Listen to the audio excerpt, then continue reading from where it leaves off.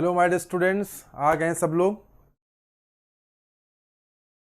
चलिए, जो लोग आ गए हैं वो हम सब करके बता दें कि वो आ गए हैं, और एक बार शेयर भी कर दें ताकि सभी को सूचना पहुंच पाए कि सभी जनता आ गई है फ्लूइड मैकेनिक्स पढ़ने के लिए। Good evening Deepak, good evening, good evening, good evening to each and everyone. Good evening बच्चों, आप शेयर कर दीजिए एक बार, और साथ ही साथ जो है ग्रुप में भी मैसेज डाल दीजिए आप लोग, हाँ, कि क्लास स्टार्ट हो गई है। तो शुरुआत करेंगे हम लोग फ्लूइड मैकेनिक्स पढ़नेंगे, जैसा कि 5 से 6 हम लोग फ्लूइड मैकेनिक्स पढ़ते हैं, आप जानते हैं। Good evening Rohit, good evening to each and everyone बच्चों। एक बार सब लोग शेयर कर दीजिए, फिर हम क्लास शुरू करते हैं। आज गाइस कोई गया था कि नहीं लखनऊ फॉर? नहीं, लखनऊ का जो धरना था वो पोस्टपोन हो गया, उसे स्थगित कर दिया गया, क्योंकि लखनऊ में कल कुछ आतंकवादी गतिविधियों में संदिग्ध लोगों को एटीएस वालों ने गिरफ्तार किया। इसलिए इस चीज़ को देखते हुए धरने को शायद स्थगित कर दिया गया था, जहाँ तक मुझे सूचना मिली है। बाकी आप लोग के भी अपने स्रोत हैं, पता होंगे आप लोगों को। कल मेरे पास कई सारे बच्चों का फ़ोन आया था। कल का दिन मेरे लिए बड़ा ही बढ़िया था। कल संडे था और कई सारे बच्चों का फ़ोन आया था, कई सारे बच्चों का मैसेज आया था कि जिस तरह से सर आप लोग क्लासेस दे रहे हैं, बच्चे बाद में बहुत देखते हैं। कल मुझे मालूम हुआ कि लाइव तो देखने वालों की संख्या बहुत कम है, क्योंकि बच्चों का कोई किसी का पेपर चल रहा है, या कोई किसी जगह जॉब कर रहा है, या कोई छोटा मोटा कोई काम कर रहा है अपनी पढ़ाई को कंप्लीट करने के लिए। लेकिन बच्चे बाद में इस क्लास को बहुत देखते हैं। कल तो बहुत सारे मेरे पास व्हाट्सएप पे मैसेजेस आए थे कि सर जिस तरह से आप हम लोग के लिए कोऑपरेट कर रहे हैं, हम लोग के लिए सपोर्ट कर रहे हैं, हमें इस तरह की क्लासेस दे रहे हैं और कंप्लीट बढ़िया शानदार क्लासेस दे रहे हैं, उसके लिए हम आपका आभारी हैं। लव यू बच्चों ने काफ़ी लिखा था। So love you too my dear friends. आप सब का प्रेम ही जो है हम सबको बड़ा बनाता है, तो इसलिए आप लोग जुड़े रहिए, और हम कमिटेड हैं, बिल्कुल डेडिकेटेड हैं आपके साथ काम करने के लिए और आपको सेलेक्ट कराने के लिए, तो हम करते ही रहेंगे। So love you all my dear students. Today I am going to discuss a very very important concept of fluid mechanics. Sir online भर के कमेंट्स किए थे सीएम भाइयों को, ठीक है, तो स्टार्ट करा जाए। आई थिंक शुरू करते हैं। आपके प्रेम से हम सब बहुत अभिभूत हैं। आप इसी तरह आप ना संवाद किया करिए, मैसेजेस किया करिए, आप बताया करिए कि कैसी चीज़ें चल रही हैं, कहाँ समस्याएं आ रही हैं। वो बड़ा अच्छा लगता है इंटरेक्शन होके आपसे। ठीक है, तो गुड इवनिंग बच्चों, गुड इवनिंग। अब मैं किसी को गुड इवनिंग नहीं बोल पाऊंगा, मैं स्क्रीन पे बार बार नहीं देख पाऊंगा, क्योंकि आज स्क्रीन मेरे बाएं तरफ ना होकर के मेरे दाहिने तरफ है, तो मैं सीधे कैमरे में देखूंगा और आपकी क्लास में स्टार्ट करता हूं।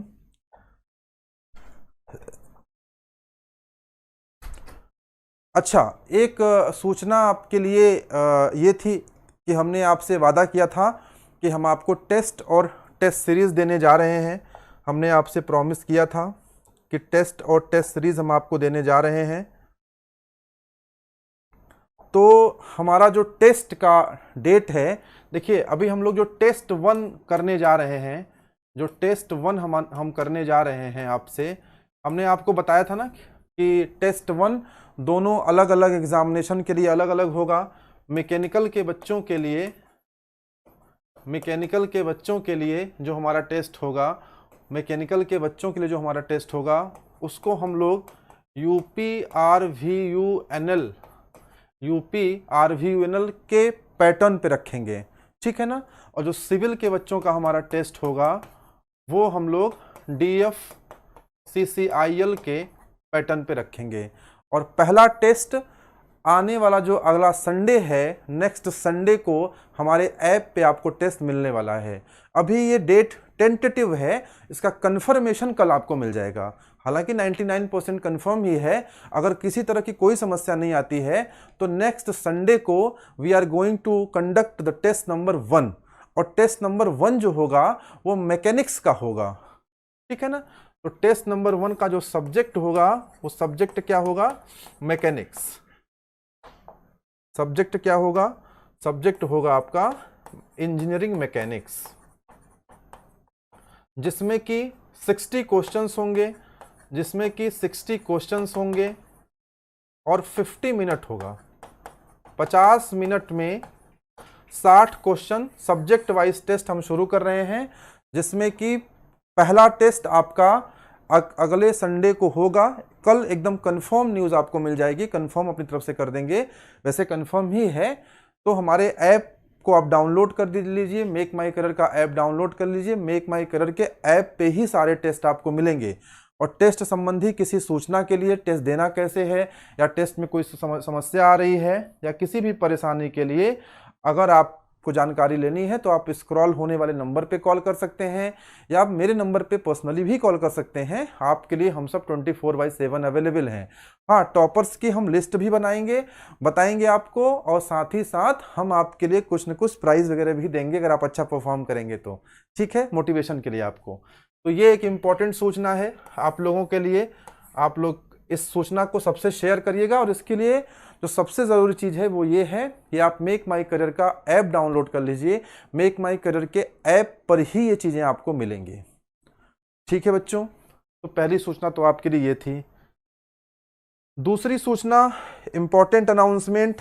आपको पता है इम्पॉर्टेंट अनाउंसमेंट क्या है।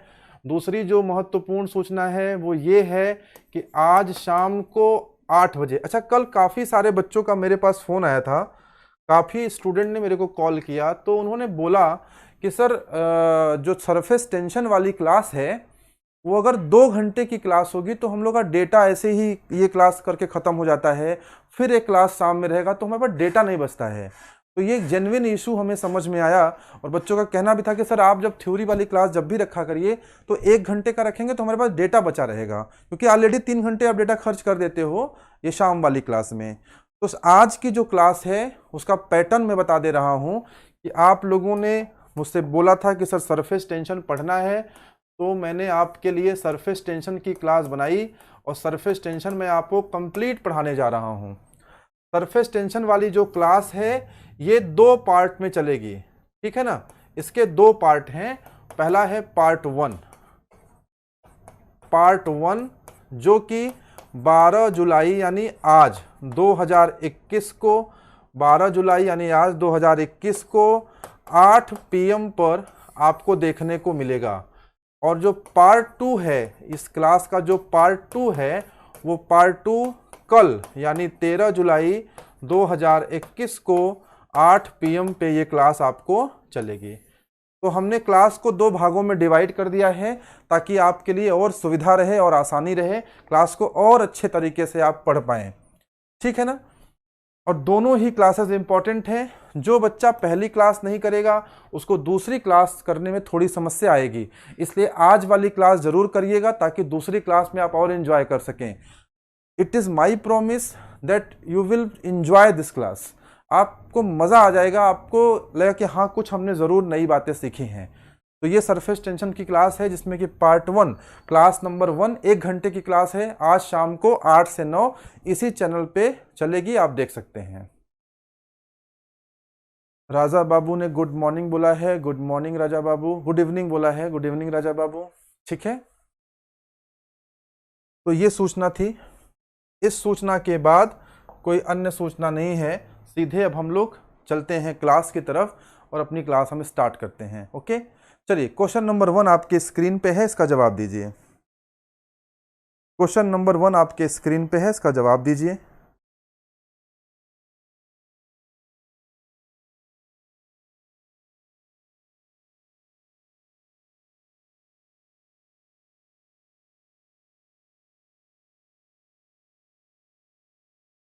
बहुत सिंपल सा क्वेश्चन है, बहुत सिंपल सा क्वेश्चन है। एक बार थम्स अप कर दिया आप लोगों ने, अच्छा लग रहा है मुझे कि मेरी बात आप तक पहुंच रही है, ठीक है ना। आज की क्लास में मैक्सिमम उपस्थिति बनाइएगा सरफेस टेंशन वाली क्लास में। मुझे लगे कि हाँ मैंने आपके लिए क्लास बनाई है, बहुत ही शानदार क्लास बनाई है, तो आपको लगे कि हाँ आप आएंगे तो मुझे लगे कि हाँ मैंने काम जो किया वो मेरा काम सफल रहा। चलिए क्वेश्चन नंबर 1 देखते हैं बच्चों। The flow field at stagnation point पर जो फ्लो फील्ड होता है उसमें क्या होता है, ठीक है। क्वेश्चन देखिए, पहले का आंसर आना शुरू हो गया है, बताइए आंसर क्या होगा भाई। ठीक है,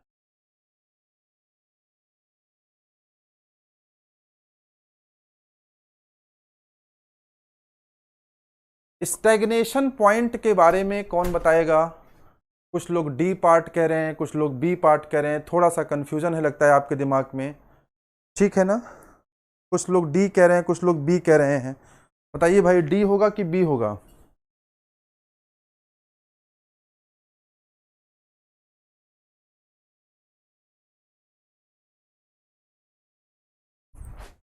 बोलो भाई, what will be the correct answer बच्चों? सही आंसर क्या होगा? डी क्या करें? All the velocity head is converted into pressure head. ठीक है, velocity head converted into pressure head भी हो सकता है। वेलोसिटी ऑफ फ्लूइड जीरो, ये भी हो सकता है। वेलोसिटी ऑफ फ्लूइड जीरो भी हो सकता है। बात दोनों ही सही है। बी वाला पार्ट भी लगभग सही है, डी वाला पार्ट भी सही है। वैसे जब ये क्वेश्चन एसएससी जेईई में आया था तो इसका आंसर उन्होंने बी माना था, ठीक है ना? लेकिन मेरे हिसाब से क्वेश्चन नंबर, इसका आंसर डी भी सही है, इसमें कोई बहुत बड़ी समस्या नहीं है। कई बार से मिलते जुलते ऑप्शन दे देते हैं। तो D is also right, B is also right, दोनों में लगभग चीज़ सेम है। वेलोसिटी हेड कन्वर्टेड इनटू, नहीं डी नहीं होगा, वेलोसिटी हेड नहीं कन्वर्ट होता, सॉरी डी नहीं होगा, ये प्रेशर हेड होता। अगर all the pressure head is converted into velocity head, question number A का 1 का आंसर बी होगा, velocity of fluid is zero, ठीक है ना? When velocity is zero, velocity को जीरो किया जाता है, ठीक है ना? वेलोसिटी जीरो होता नहीं है, वेलोसिटी को जीरो किया जाता है। समझाएंगे कैसे होता है। तो बी ऑप्शन आप मान सकते हैं कि सही है। आगे बढ़ते हैं जरा बच्चों।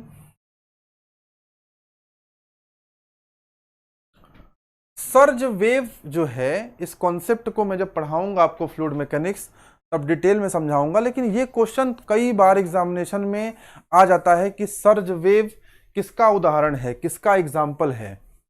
बताएंगे आप लोग, सर्ज वेव किसका एग्जाम्पल है? जब भी आप ना आंसर दिया करिए, ऐसे दिया करिए, 1 का आंसर, 2 का आंसर, 3 का आंसर, 4 का आंसर, इस तरह से दिया करिए। बताइए, आज की क्लास में ना एक बहुत इंपॉर्टेंट कॉन्सेप्ट पढ़ाऊंगा मैं, एक्सेलरेशन के बारे में। हाँ, आज आपको कन्वेक्टिव एक्सेलरेशन, टेम्पोरल एक्सेलरेशन, इसका भी थोड़ी सी डिटेलिंग में करूंगा क्योंकि एक क्वेश्चन है। 2 का कुछ लोग कह रहे हैं डी पार्ट, कुछ लोग कह रहे हैं सी पार्ट, कुछ लोग कहना है 2 का डी, कुछ का कहना है सी। बताइए भाई, क्वेश्चन नंबर 2 का आंसर क्या होगा? 2 का आंसर क्या होगा? ज्यादातर आंसर डी की तरफ आ रहे हैं। बताइए भाई, ये क्वेश्चन 1-2 बार एग्जामिनेशन में पूछा गया है, तो मुझे लगा करा देता हूं। हालांकि इसका डिटेल करूंगा मैं, जो किसी दिन पढ़ाऊंगा, क्लास लूंगा तो आपको डिटेल करूंगा। कुछ लोग सी कह रहे हैं, कुछ लोग डी कह रहे हैं। Some people are saying C, some are saying D, ठीक है? तो सर्ज वेव क्या होता है? इसका सही आंसर होगा D part. Unsteady non uniform flow होता है, ठीक है ना?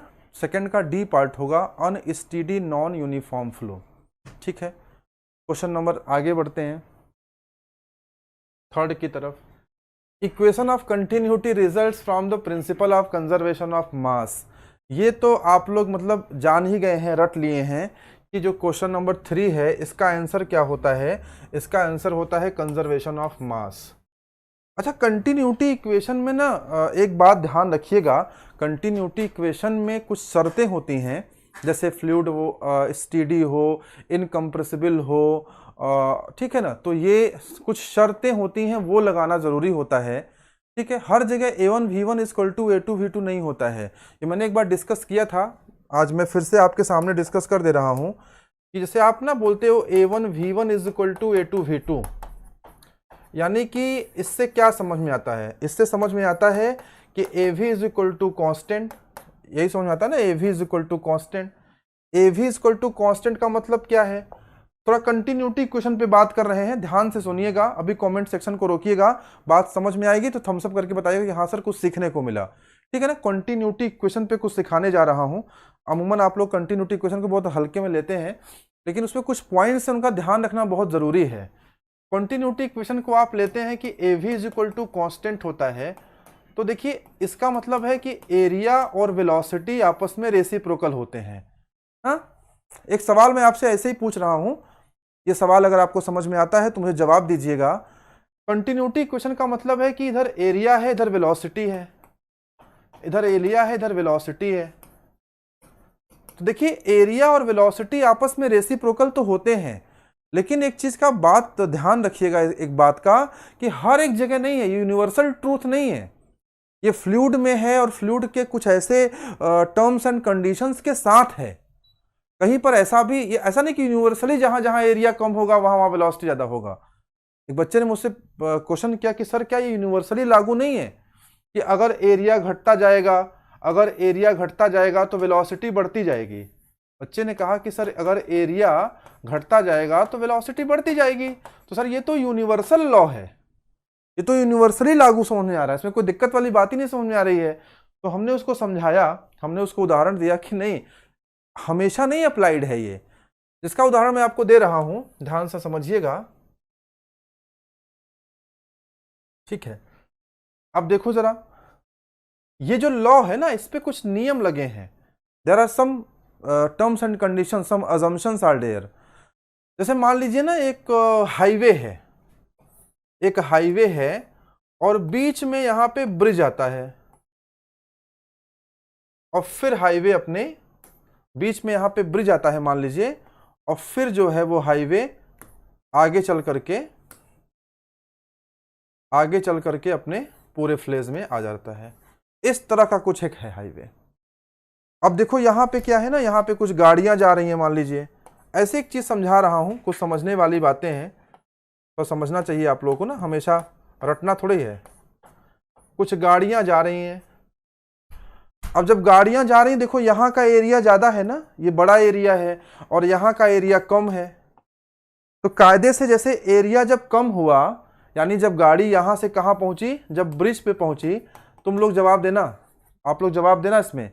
जब गाड़ी यहां से ब्रिज पे पहुंची तो ब्रिज पर क्या है, ब्रिज पर एरिया कम हो गया ना, तो वेलोसिटी क्या होनी चाहिए, क्या वेलोसिटी बढ़ जाएगी?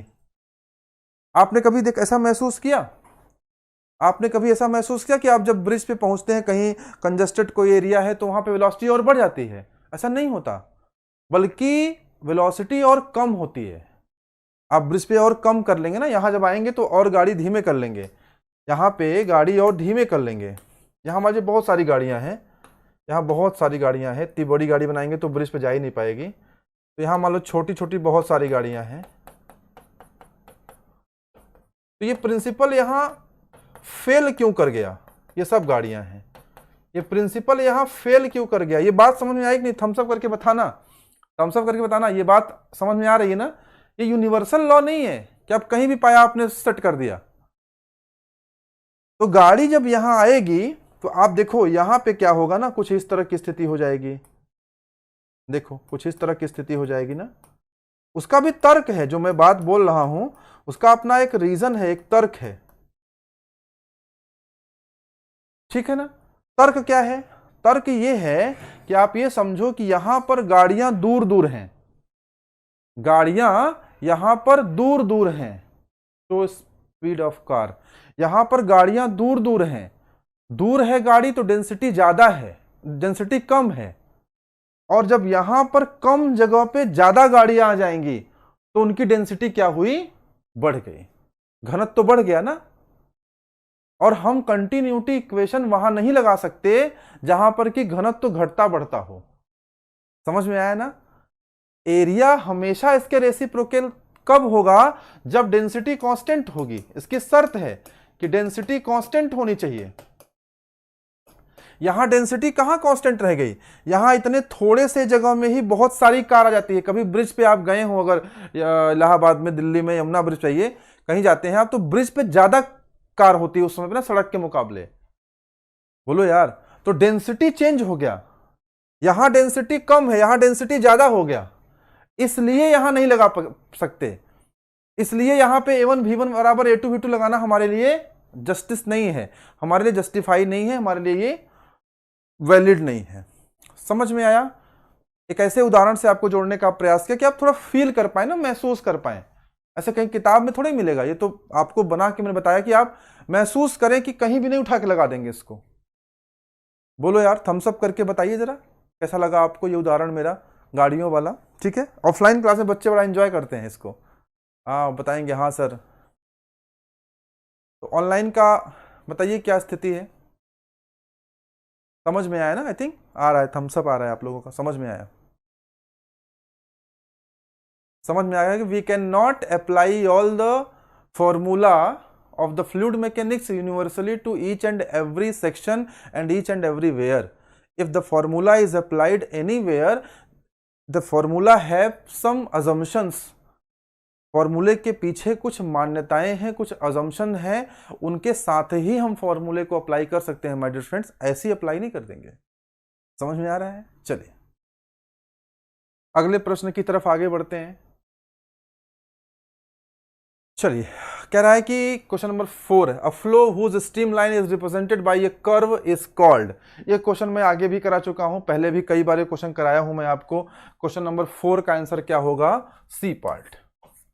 1 dimensional flow, 2 dimensional flow, 1 dimensional flow, 2 dimensional flow, ठीक है ना?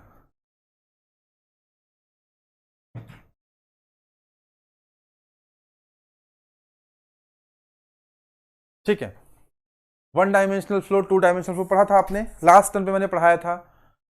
लास्ट टर्म पे मैंने क्या पढ़ाया आपको कि पाइप फ्लो क्या होता है, 1 डायमेंशनल होता है कि 2 डायमेंशनल? बताइए भाई, लास्ट टर्म पे आपको पढ़ाया था मैंने ना, पाइप फ्लो। पाइप फ्लो क्या होता है? ये 1D है कि 2D है? जो लोग मेरी सैटरडे वाली क्लास में रहे होंगे उनको इसका आइडिया होगा, ये 1 डायमेंशनल है या फिर ये 2 डायमेंशनल है। पाइप फ्लो क्या है, ये 1 डायमेंशनल है कि 2 डायमेंशनल है? बोलो। मैंने बताया भी था आपको ना कि 1 डायमेंशनल कब माना जाएगा? जबकि हम लोग इसको एवरेज वेलोसिटी लेंगे। और 2 डायमेंशनल कब माना जाएगा? जबकि हम इसका एक्चुअल वेलोसिटी लेंगे, क्योंकि एक्चुअल वेलोसिटी में प्रोफाइल बदलता है, कुछ इस तरह से चेंज होता है ना, लैमिनार फ्लो में आपने पढ़ा होगा इस तरह से। और एवरेज लेंगे तो उसमें कोई दिक्कत नहीं है। समझ में आया था? हाँ जी बिल्कुल स्ट्रेट पाइप है। ऐसे 1 डायमेंशनल 2 डायमेंशनल मत कहा करो, तो सीखा करो कि कैसे बोलना है हमें एवरेज लेना है या हमें एक्चुअल लेना है। सैटरडे वाली कॉन्सेप्ट क्लास देखा था ना, उसमें मैंने आपको डिटेल किया था, आपको पूरा बताया था कि कैसे होता है, कॉन्सेप्ट क्या है इसका।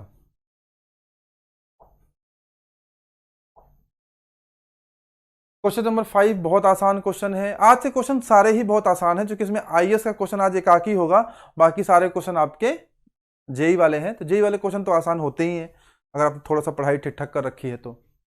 आइडियल फ्लूइड क्या होता है? आइडियल, आइडियल शब्द से समझो मतलब ना, आइडियल फ्लूइड क्या होता है? बोलो भाई, क्वेश्चन नंबर 5 का आंसर बोलो। 5 का आंसर क्या होगा? Frictionless and incompressible. आइडियल शब्द का मतलब ही है, आइडियल शब्द का मतलब ही है जो आदर्श होगा। आदर्श जो होता है उसके अंदर फ्रिक्शन नहीं होता। फ्रिक्शन माने घर्षण, फ्रिक्शन माने घर्षण। और इनकम्प्रेसिबल, फ्रिक्शनलेस भी होगा और इनकम्प्रेसिबल भी होगा, जिसे आप कंप्रेस नहीं कर सकते, जिसको आप दबाव नहीं दे सकते, ठीक है ना? आइडियल माने आदर्श। हमारे आदर्श कौन रहे? हमारे आदर्श कौन है? मर्यादा पुरुषोत्तम भगवान श्री राम। श्री राम हमारे आदर्श क्यों हैं? भगवान राम हम लोग के आदर्श क्यों होते हैं? क्यों वो आइडियल हैं? वो आइडियल इसलिए हैं क्योंकि वो फ्रिक्शनलेस हैं, उनका किसी से फ्रिक्शन नहीं होता है, उनका किसी से झगड़ा नहीं होता है। ऐसा नहीं कि उन्होंने झगड़ा कर लिया अपने किसी दोस्त से, तुम अपना आईफोन दो नहीं तो मैं तुम्हें रहने नहीं दूंगा। भाई ने कहा उनको, उनका जो वो था राज सिंहासन, अगर उनका राज सिंहासन जो है, अगर उनका राज सिंहासन जो है ले लिया गया तो उन्होंने कहा ठीक है चलेगा, कोई बात नहीं, ठीक है भरत को दे दो। वो फ्रिक्शन नहीं क्रिएट करते हैं। तो आइडियल फ्लूइड समझने का सबसे अच्छा तरीका है, आइडियल कौन होता है, आदर्श कौन होता है? आदर्श वो होता है जो फ्रिक्शन नहीं क्रिएट करता, जो झगड़ा नहीं करता है। उनसे कहा कि राज्य ले लूंगा, कहे ठीक है ले लो, अच्छा ठीक है ना। तो वो फ्रिक्शनलेस हैं और साथ ही साथ वो इनकम्प्रेसिबल भी हैं, उन्हें दबाव नहीं दे सकते आप, उनकी डेंसिटी कम ज्यादा नहीं होती है, बदलते नहीं है। रावण बहुत बड़ा राक्षस था, तो ऐसा नहीं कि वो डर गए, उन्होंने कहा ठीक है अपन लड़ाई कर लेंगे, जीत जाएंगे, कॉन्फिडेंस लेवल अच्छा है। तो जो आदर्श वही होता है जो फ्रिक्शनलेस है, जो इनकम्प्रेसिबल है। अब ये उदाहरण हमेशा याद रहेगा ना, बोलो यार। ऐसे जब मैं आपको थर्मोडायनेमिक्स पढ़ाऊंगा ना, तो वहां पर भी मैं जो एग्जांपल दूंगा वो मैं राम को लेके ही एग्जांपल देता हूं, आदर्श गैस वाला भी, आइडियल गैस वाला भी। आइडियल गैस कौन सी गैस होती है? आइडियल गैस वो गैस होती है, आइडियल गैस कौन सी गैस होती है मैं आपको बताऊंगा। जब आइडियल गैस में पढ़ाता हूं, बच्चे कहते हैं हमको सर समझ ही नहीं आता। आइडियल गैस जब मैं आपको पढ़ाता हूं, तो आइडियल गैस कौन सी गैस होती है? आइडियल गैस वो गैस होती है जिसमें no attraction, no repulsion. Ideal gas वो गैस होती है जिसके दो मॉलिक्यूल्स के बीच ना कोई अट्रैक्शन होगा, ना कोई रिपल्सन होगा, यानी ना काहू से दोस्ती, ना काहू से बैर। समझ में आया ना भाई? आइडियल गैस कौन सी गैस होती है? नो अट्रैक्शन, नो रिपल्सन, मतलब मेरा किसी से झगड़ा भी नहीं है, और ना कि मेरा कोई मोह है कि मैं किसी चीज के लिए किसी चीज को डिस्टर्ब करूं। समझ में आ रहा है? क्या बोला अजय ने? आज मुझे कमेंट पढ़ने के लिए थोड़ा सा आगे आना पड़ रहा है।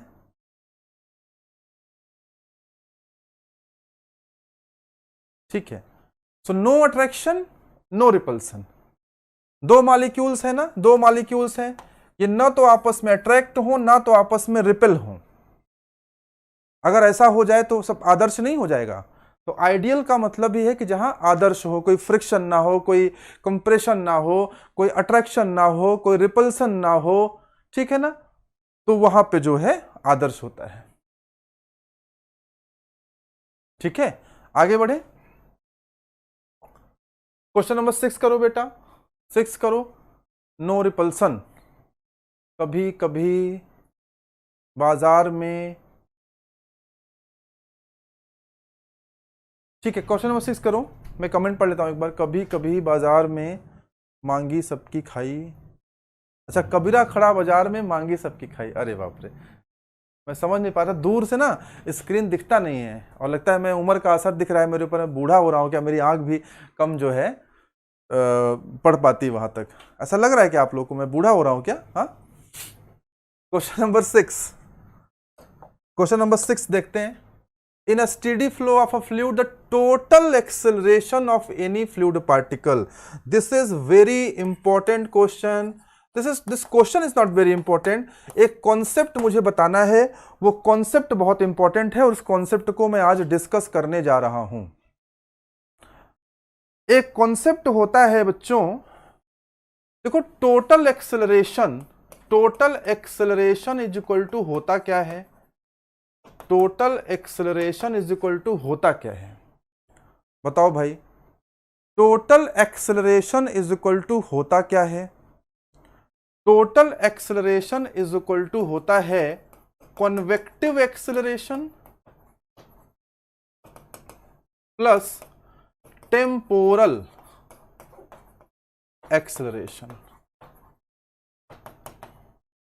दो प्रकार के एक्सेलरेशन अमूमन आपको पढ़ने को मिलेंगे फ्लूइड मैकेनिक्स में।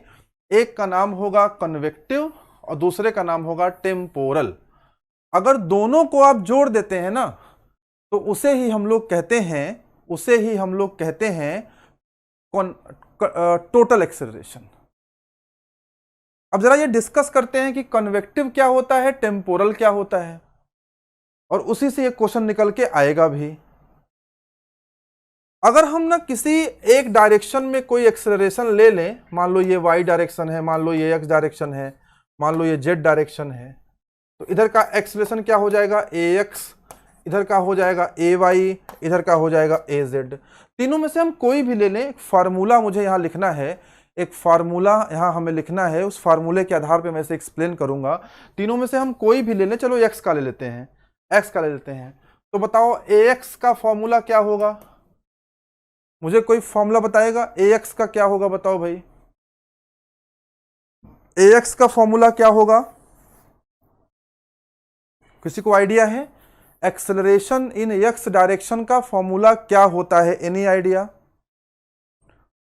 होता है u into del u upon del x plus v into, idea है बताओ, कोई बता नहीं रहा, किसी को रिप्लाई आ नहीं रहा, v into del u upon del y, u हो गया, v हो गया, फिर w into del u upon del z। बोलो भाई, यहां तक क्लियर है? Plus del u upon del t, plus del u upon del t. ये जो फॉर्मूला है ना, ये जो फॉर्मूला है, ये टोटल एक्सेलरेशन का है। इस फॉर्मूले के दो हिस्से हैं, यहां से यहां तक एक, और दूसरा हिस्सा है यहां से यहां तक एक। बोलो भाई, जो पहला वाला हिस्सा है ना, इस पहले वाले हिस्से को हम लोग नाम देते हैं कॉन्वेक्टिव। जो क्वेश्चन है वो तो सॉल्व हो ही जाएगा, पहले कॉन्सेप्ट पकड़ो, कॉन्वेक्टिव एक्सेलरेशन, और इसको हम लोग नाम देते हैं टेम्पोरल एक्सेलरेशन। ये है कॉन्वेक्टिव एक्सेलरेशन और ये क्या है, टेम्पोरल एक्सेलरेशन। आप देख सकते हो ना कुछ, आप पहले एक बार स्क्रीन से मैं हट रहा हूं, आप देख लो जरा, पहले आप एक बार देख लो।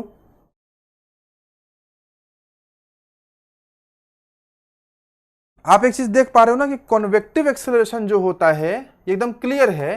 कॉन्वेक्टिव एक्सेलरेशन वो किसके साथ डिपेंड करता है, किस पे डिपेंड कर रहा है, एक्स वाई जेड पर, यानी वो किस पे डिपेंड करता है, स्पेस पर।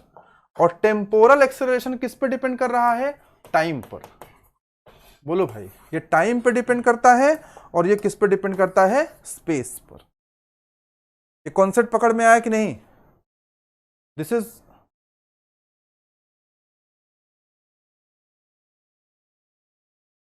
सर लाइव लर्नर के नंबर कम हो क्यों है, पता नहीं क्यों कम है भाई, आप लोग शेयर कर दीजिए, बढ़ जाएंगे, ठीक है ना। तो ये टेम्पोरल हो गया, ये आपका हो गया कन्वेक्टिव हो गया। ओके, अब देखिए जरा, इसको थोड़ा नीचे कर दीजिए, दिखता रहता ना लाइव कितने हैं बच्चे, ठीक है।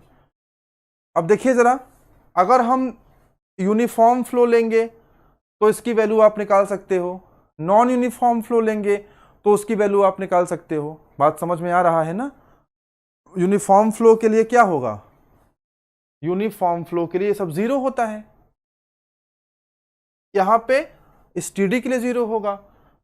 तो ये जीरो हो सकता है, अगर यूनिफॉर्म हो स्टीडी हो तो दोनों के लिए जीरो हो सकता है। बात समझ में आ रहा है ना? Uniform flow, steady flow, non uniform flow, unsteady flow, ये सब मैं पढ़ा ही चुका हूं आपके लिए। तो क्वेश्चन हम अगर जो कर रहे थे, अगर उस क्वेश्चन पे हम फिर से लौट के आए तो क्वेश्चन क्या होगा, क्वेश्चन क्या होगा, क्वेश्चन नंबर 6 का आंसर क्या होगा, 6 का आंसर क्या होगा, कैन बी जीरो, जीरो हो सकता है। 6 का आंसर होगा कैन बी जीरो, हो सकता है जीरो।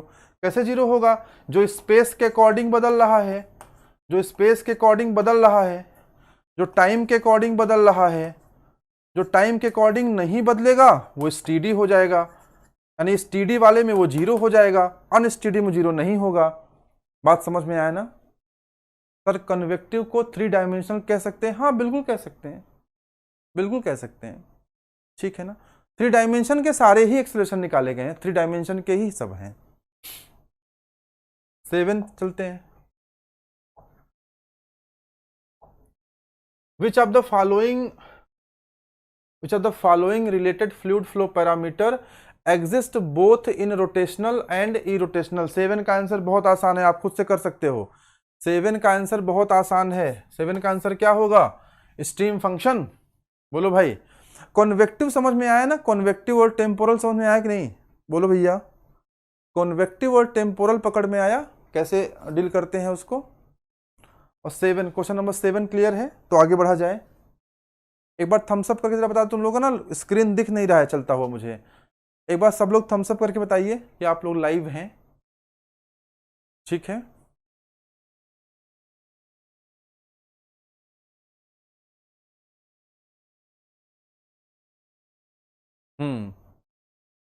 क्वेश्चन नंबर 7 का आंसर है बी पार्ट। अभी किसी दिन आप लोगों को ना वर्टिसिटी पे भी मैं क्लास लूंगा, वर्टिसिटी पे एंड सर्कुलेशन पे एक क्लास मैं आपका लूंगा, वर्टिसिटी पे एंड सर्कुलेशन पे बहुत डिटेल में आपको समझाऊंगा कि वर्टिसिटी और सर्कुलेशन होता क्या है, ठीक है ना, बहुत डिटेल में। बहुत 99% बच्चे नहीं जानते हैं, गेट आईएएस की तैयारी करने वाले, जेई वालों को तो छोड़िए, बहुत डिटेल पढ़ाऊंगा आपको। क्वेश्चन नंबर 8, क्वेश्चन नंबर 8 देखिए, a type of flow in which the fluid particles while moving in the direction of flow rotate about their mass centre is known as. ऐसा फ्लूइड पार्टिकल हो जो mass centre के about rotate कर रहा हो, मैंने पढ़ाया ही था आपको ना, कैसा होगा वो, अगर ऐसा है वो तो कैसा होगा वो,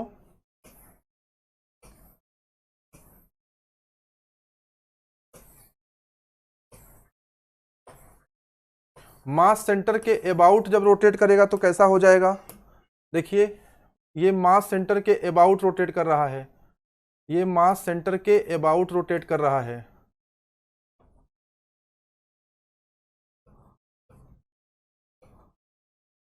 ये देखिए मास सेंटर के अबाउट रोटेट कर रहा है। तो इस फ्लो को हम लोग क्या बोलेंगे, रोटेशनल फ्लो, इसे हम क्या बोलेंगे, रोटेशनल फ्लो। और देखिए ये मास सेंटर के अबाउट नहीं रोटेट कर रहा है, इसमें यथास्थिति सब में देखिए सेम बनी हुई है, इसकी एक आंख सही से नहीं बन पा रही है।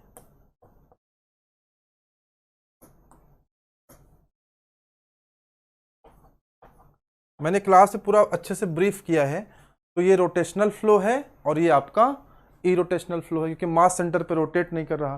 बहते हुए पानी में माचिस की तीली रखिए, तीली थोड़ी सी मुड़ जाएगी, क्यों, क्योंकि उसका मास सेंटर क्या कर रहा है, रोटेट कर रहा है। समझ में आ रहा है ना। क्वेश्चन नंबर 9, क्वेश्चन नंबर 9 का आंसर बताइए, रोटेशनल फ्लो कहाँ मिलेगा। देखिए इस क्वेश्चन में एक चीज और देखिएगा, रोटेशन लिख गया है, चाहे रोटेशन कहिए चाहे रोटेशनल कहिए।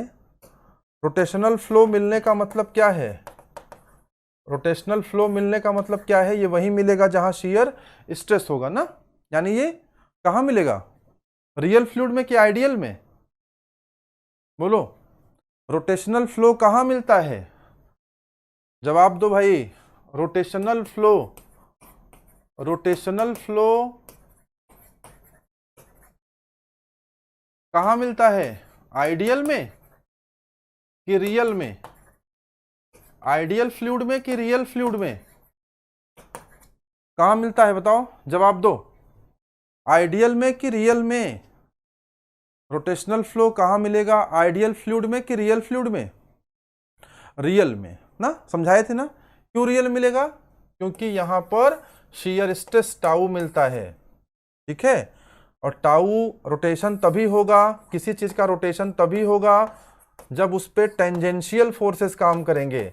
और टेंजेंशियल फोर्सेस काम करने का मतलब है कि वहां पर शीयर स्ट्रेस काम करेगा, और शीयर स्ट्रेस काम करेगा तो विस्कोसिटी आ जाएगी, और विस्कोसिटी आ जाएगी तो ऐसा केवल रियल फ्लूइड में संभव है, आइडियल फ्लूइड संभव नहीं है। चलिए क्वेश्चन नंबर 9 बताइए। 9 The flow in which the velocity vector is identical in magnitude and direction at every point for any given instant is known as। बताइए भाई, क्वेश्चन नंबर 9 का आंसर है, 9 का आंसर क्या होगा, क्वेश्चन नंबर 9 का answer क्या होगा बताइए।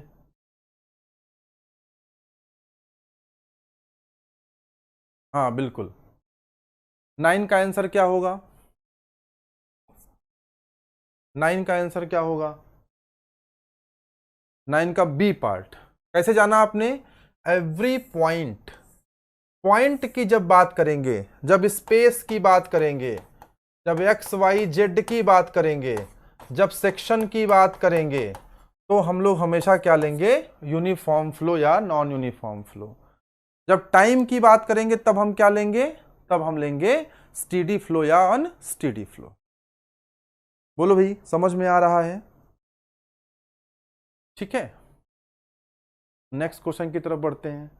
अच्छा, क्वेश्चन नंबर 10 जो है ना, ये क्वेश्चन थोड़ा सा अजीब सा क्वेश्चन है, इसमें कुछ संशोधन भी मिलता है, इसलिए इसको छोड़ दे रहे हैं हम लोग। क्वेश्चन नंबर 11 करते हैं। 11, 10 पे आएंगे, किसी दिन डिस्कस करेंगे, दूसरे वाले शीट में पड़ा हुआ है वो, 10 भी करेंगे। 11 करते हैं जरा, बताइए 11 का आंसर क्या होगा।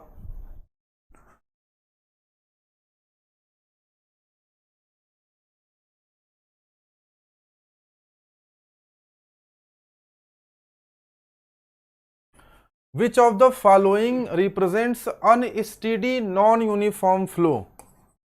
Unsteady non-uniform flow.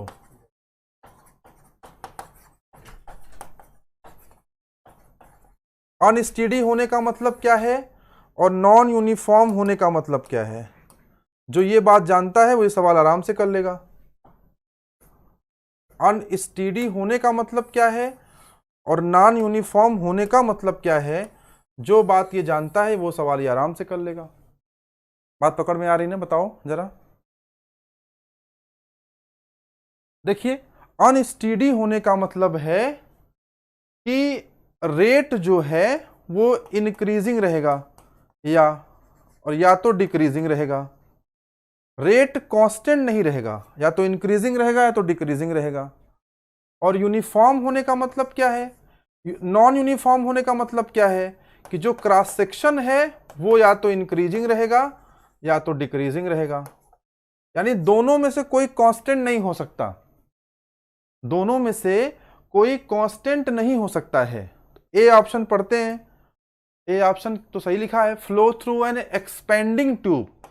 इस तरह का कोई ट्यूब है तो इंक्रीज कर रहा है ना, एक्सपेंड कर रहा है, expanding tube at an increasing rate. बात तो सही है, ए सही है। बी देखते हैं जरा, flow through an expanding tube. Expanding tube है तो इससे नॉन यूनिफॉर्म तो हो गया, लेकिन कांस्टेंट रेट लिख दिया ना, कांस्टेंट रेट लिख दिया, यानी ये गलत हो गया। कांस्टेंट रेट से मतलब क्या है कि स्टीडी हो गया, ये नॉन यूनिफॉर्म तो है लेकिन स्टीडी हो गया। समझ में आ रहा है ना भाई? हाँ। Flow through a long pipe at decreasing. Long pipe का मतलब है कि ये पाइप जो है इंक्रीजिंग डिक्रीजिंग एरिया का नहीं है, यानी यूनिफॉर्म हो गया। और डिक्रीजिंग रेट है, रेट डिक्रीजिंग है, मतलब ये अनस्टेडी हो गया। Flow through a long pipe and constant rate, constant rate है तो फिर ये स्टेडी हो गया। I think correct answer is a part. ठीक है, ए ऑप्शन इज करेक्ट। एक क्वेश्चन और है, क्या है question? When the flow parameter at any given instant remain same at every point. क्या पकड़ेंगे आप? पॉइंट। पॉइंट की बात करें, स्पेस की बात करें, सेक्शन की बात करें, एक्स वाई जेड की बात करें, तो हमेशा आंसर क्या बनेगा बच्चों? Uniform flow.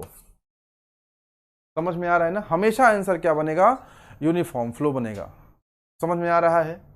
अच्छा, इसमें ना एक और दिया हुआ है, क्वाजी स्टैटिक। क्वाजी स्टैटिक जानते हो तुम लोग क्या होता है? क्वाजी स्टैटिक, इसमें से कितने लोग हैं जो जानते हैं कि क्वाजी स्टैटिक क्या होता है? थर्मोडायनेमिक्स में पढ़ते हैं हम लोग क्वाजी स्टैटिक के बारे में। हम लोग थर्मोडायनेमिक्स में किसके बारे में पढ़ते हैं? Quasi static. थर्मोडायनेमिक्स में हम लोग क्वाजी स्टैटिक के बारे में पढ़ते हैं। क्वाजी स्टैटिक प्रोसेस मतलब very very slow process, infinitely slow process. कभी थर्मो में एक्सप्लेन करेंगे। थर्मो पढ़ने वाले हैं इसमें? जो थर्मोडायनेमिक्स पढ़ने के इच्छुक हो कमेंट करके बताएं, तो थर्मो का भी क्लास शुरू करा जाए। कितने लोग इसमें हैं जो थर्मोडायनेमिक्स पढ़ना चाहते हैं? मुझे व्हाट्सएप करके बताइएगा इस नंबर पे। जो थर्मो पढ़ना चाहते हैं वो मुझे इस नंबर पे व्हाट्सएप करके बताइएगा, तो जल्दी हम लोग ना थर्मो की क्लास भी शुरू करेंगे। इस नंबर पे व्हाट्सएप पे लिख के बताइएगा कि आप थर्मोडायनेमिक्स पढ़ना चाहते हैं, तो हम लोग ये थर्मोडायनेमिक्स की क्लास भी शुरू करेंगे। ठीक है बच्चों, तो आज की क्लास में इतना ही है। 12 ही क्वेश्चन मैंने लाए थे, करा दिए आपको। अभी शिवेन सर आ गए हैं तो वो अपनी क्लास कंटिन्यू करेंगे, वेल्डिंग पढ़ाएंगे सर आपको, प्रोडक्शन पढ़ाएंगे आपको।